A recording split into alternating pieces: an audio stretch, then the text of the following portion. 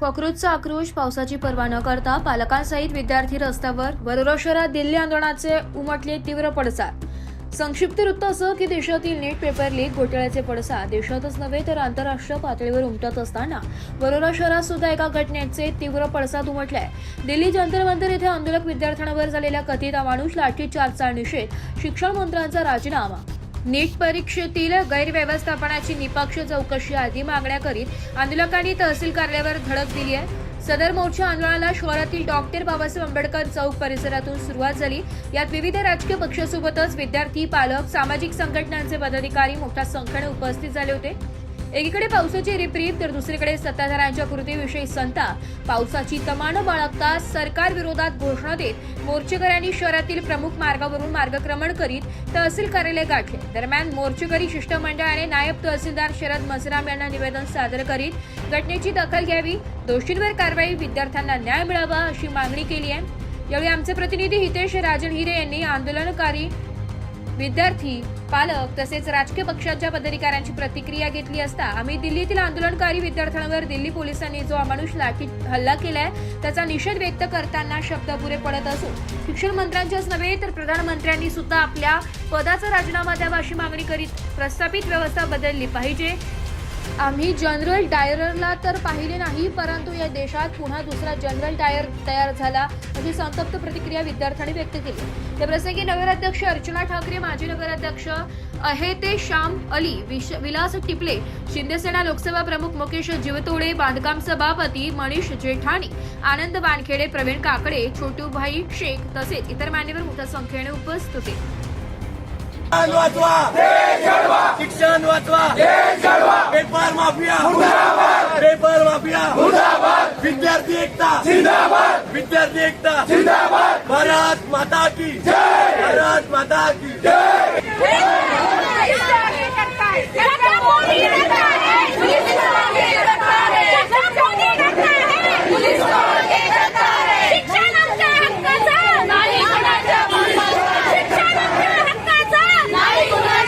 काय सांगाल मॅडम?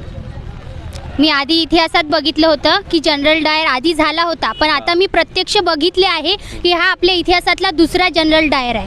अच्छा, एकंदरीत बघू शकतोय की अत्यंत म्हणजे काय शब्दात जनरल डायर जे जालियनवाला बाग हत्याकांड होतं त्यामध्ये निष्पाप नागरिकांवर गोळ्या मारण्यात होत्या. आज ते प्रत्यक्ष आम्ही अनुभवलं आहे. आम्ही नाही जनरल डायरला तर आम्ही बघितलं नाही, परंतु प्रत्यक्षात आज आमच्या विद्यार्थ्यांवर जो लाठीचार्ज झाला तो पाहता मला असं वाटतं की परत एकदा दुसरा जनरल डायर आपल्या देशात तयार झाला आहे अशी भावना, असा संताप येथील विद्यार्थ्यांनी या ठिकाणी व्यक्त केलेला दिसतोय. मुलं नीटच्या पेपरमुळे ज्यांनी आत्महत्या केल्या त्यांना न्याय मिळाला पाहिजे आणि 20 तारखेला जंतर मंतरवर जे लाठीचार्ज झाला त्यांना न्याय मिळाला पाहिजे. म्हणून मला असं वाटते का हे पूर्ण सिस्टम बदललं पाहिजे. मोदी सरकार आणि हे धर्मेंद्र प्रधान यांनी सगळ्यांनी इस्तिफा द्यायला पाहिजे. हेच एक आमची मागणी आहे आणि हे आमची मागणी पूर्ण पोहोचली पाहिजे जंतर मंतरपर्यंत. एवढंच बोलून माझं या ठिकाणी परत आक्रोश उमटताना दिसतोय की मोदी सरकारचाच आम्हाला राजीनामा पाहिजे, हे सरकार बदललं पाहिजे अशी मनापासून इच्छा येथील आंदोलकांनी या ठिकाणी व्यक्त केलेली दिसतंय.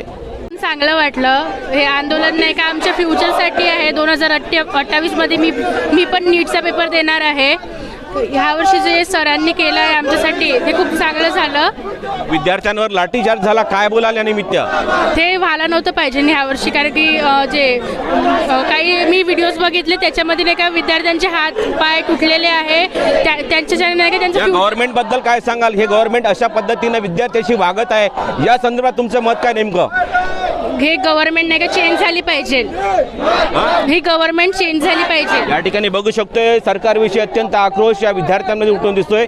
ही सरकार चेंज झालं पाहिजे अशी सुद्धा या येथील तरुणांची एकंदरीत माग आहे. बघू शकतोय पण वरात तहसील कार्यालयाचा हा परिसर अत्यंत पाऊस, सकाळपासूनचा रिपरी पाऊस आहे. या पावसात सुद्धा तरुण, विद्यार्थी, आबालवृद्ध या ठिकाणी या आंदोलनामध्ये सहभागी झालेले आहेत. एकंदरीत सांगायचं म्हणजे भरत आमच्यासोबत जुळलेले आहे, सभापती नगर परिषदेचे, त्यांची काय प्रतिक्रिया? भाऊ काय सांगाल? आज पेपरफुटी प्रकरण महाराष्ट्र नाही तर संपूर्ण देशामध्ये विद्यार्थ्यांमध्ये आणि पालकांमध्ये तीव्र रोष आहे.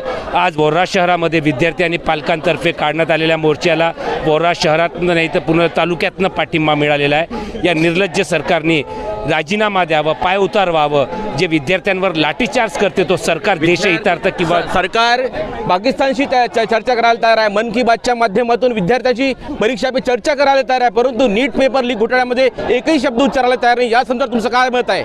मन की बात म्हणजे जनतेच्या मनातली बात, जो ऐकल त्यालाच मन की बात म्हणेल. त्याच्या मनात काय तर अदानी अंबानीला मोठं करणं, ते ऐकासाठी जनता बसलेली नाही आहे. आज जनतेच्या डोळ्यात अश्रू आहेत.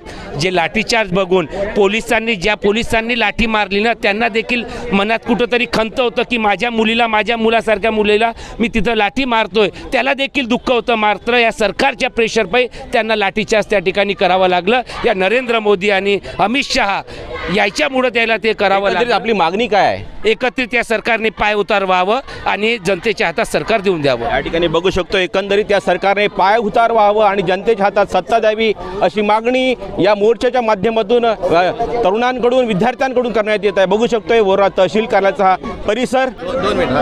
विजलो जरी आज मी हा माझा अंत नाही, पेटेन उद्या नव्याने हे सामर्थ्य नाशवंत नाही. छाटले जरी पंख माझे पुन्हा उडेन मी, अडवू शकेल मजला अजून अशी भिंत नाही. विजलो जरी आज मी हा माझा अंत नाही. आज शेतकरी मायबाप कर्ज काढून आपल्या विद्यार्थ्यांना शिकवत आहे आणि हे सरकार नीटचे पेपर लीक करत आहे, MPSCचे पेपर लीक करत आहे, SSCचे पेपर लीक करत आहे.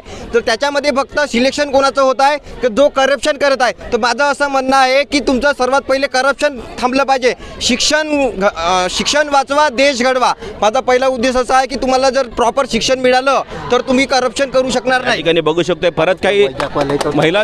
मॅडम काय सांगाल?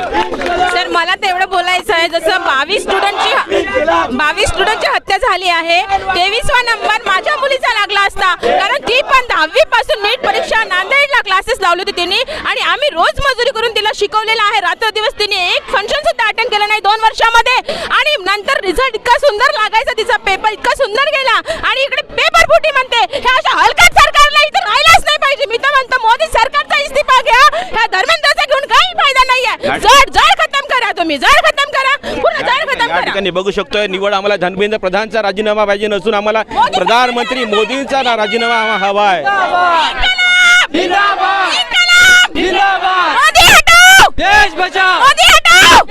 या ठिकाणी बघू शकतोय मोदी हटाओ देश बचाओ अशा संतप्त प्रतिक्रिया या ठिकाणी परत काही महिला जुळलेल्या आहेत. काय सांगाल मॅडम? सर हिंदी आती है सर, मराठी नहीं आती. सर हम GMR टाउनशिप से आए हैं बच्चों के लिए. हाँ, हम लोग मदर्स है सर, हमारा बेबीज़ है, हम लोग बेबीज़ को छोड़ के आए हैं. इस आंदोलन के बारे में क्या कहना चाहोगे आप? क्या कहेंगे सर, हम जो भी कहेंगे एंटी नेशनल नहीं है सर. हम लोग ना इंडियंस है सर, मुस्लिम इंडियन है, क्रिश्चियन इंडियन है सर. हम लोग ये बच्चों जो भी कर रहे हैं ना, जो बच्चों के लिए खड़े हैं सर. हम लोग अकेले नहीं है वो लोग. काय सांगाल तुम्ही? क्या बोलेंगे आप?